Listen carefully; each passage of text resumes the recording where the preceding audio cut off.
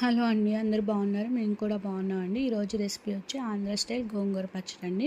దాన్ని చాలా సింపుల్గా చేసుకోవచ్చు. దానికోసం ముందుగా స్టవ్ ఆన్ చేసుకుని ఒక ప్యాన్ పెట్టుకుని దాంట్లో 4-5 వెల్లుల్లిపాయలు కచ్చాపచ్చగా దంచుకుని కొద్దిగా వేపుకోవాలండి. కొద్దిగా వేగిన తర్వాత ఒక స్పూన్ ధనియాలు, ఒక స్పూను శనగపప్పు, కొంచెం జీలకర్ర, ఒక స్పూన్ వచ్చి మినపప్పు వేసుకుని దోరగా ఫ్రై చేసుకోవాలండి. ఇవి కొంచెం దోరగా ఫ్రై అయిన తర్వాత మన కారానికి సరిపడని ఎండుమిరపకాయలను తీసుకొని వాటిని కూడా వేసుకుని మనం ఫ్రై చేసుకోవాలండి. వీటిని ఒక గిన్నెలోకి తీసుకుని పూర్తిగా చల్లారించిన తర్వాత మిక్సీలో ఫస్ట్ కొంచెం బరకగా మనం మిక్సీ పట్టి పక్కకు పెట్టుకోవాలండి. ఇప్పుడు అదే ప్యాన్లో నేను ఈ గోంగూర పచ్చడి కోసం 2 మీడియం సైజు గోంగూర కట్టలు తీసుకుని ఇలా ఒలిచి పక్కకు పెట్టుకున్నానండి.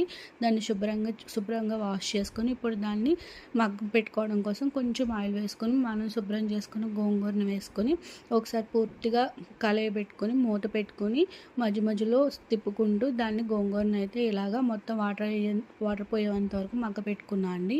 ముందుగా బరకగా మిక్సీ పట్టుకున్న దాంట్లోనే గోంగూరను వేసుకొని ఒక 2 తిప్పులు తిప్పితే సరిపోతుందండి. బాగా మెత్తగా అవసరం లేదు. ఇప్పుడు దానికోసం మళ్ళీ అదే ప్యాన్లో కొంచెం ఆయిల్ వేసుకొని తాలింపు దినుసులు అన్నీ వేసుకునేసి కొద్దిగా ఇంగువ కూడా వేసుకొని కొద్దిగా ఇవి తాలింపు దినుసులన్నింటినీ కూడా దోరగా వేయించుకున్నాను. ఇప్పుడు దోరగా వేయించుకున్న దీంట్లోకి మనం ముందుగా మిక్సీ పట్టుకొని గోంగూరని, ఎండుమిర్చి, కారాన్ని వేసుకొని ఒక్క నిమిషం పాటు అదే ప్యాన్లో ఆ నూనె అంతా గోంగూర పచ్చడి అబ్జర్వ్ చేసేందుకు ఒక 2 నిమిషాలు ఫ్రై చేసుకున్నాండి. దీన్ని ఇప్పుడు మనం సర్వింగ్ బౌల్లోకి తీసుకొని కొద్దిగా పచ్చి ఆనియన్ని కొంచెం చిన్న ముక్కలుగా కట్ చేసి వేసుకొని కలుపుకొని పూర్తిగా చల్లారిన తర్వాత తింటే చాలా బాగుంటుందండి. మీరు కూడా ట్రై చేయండి.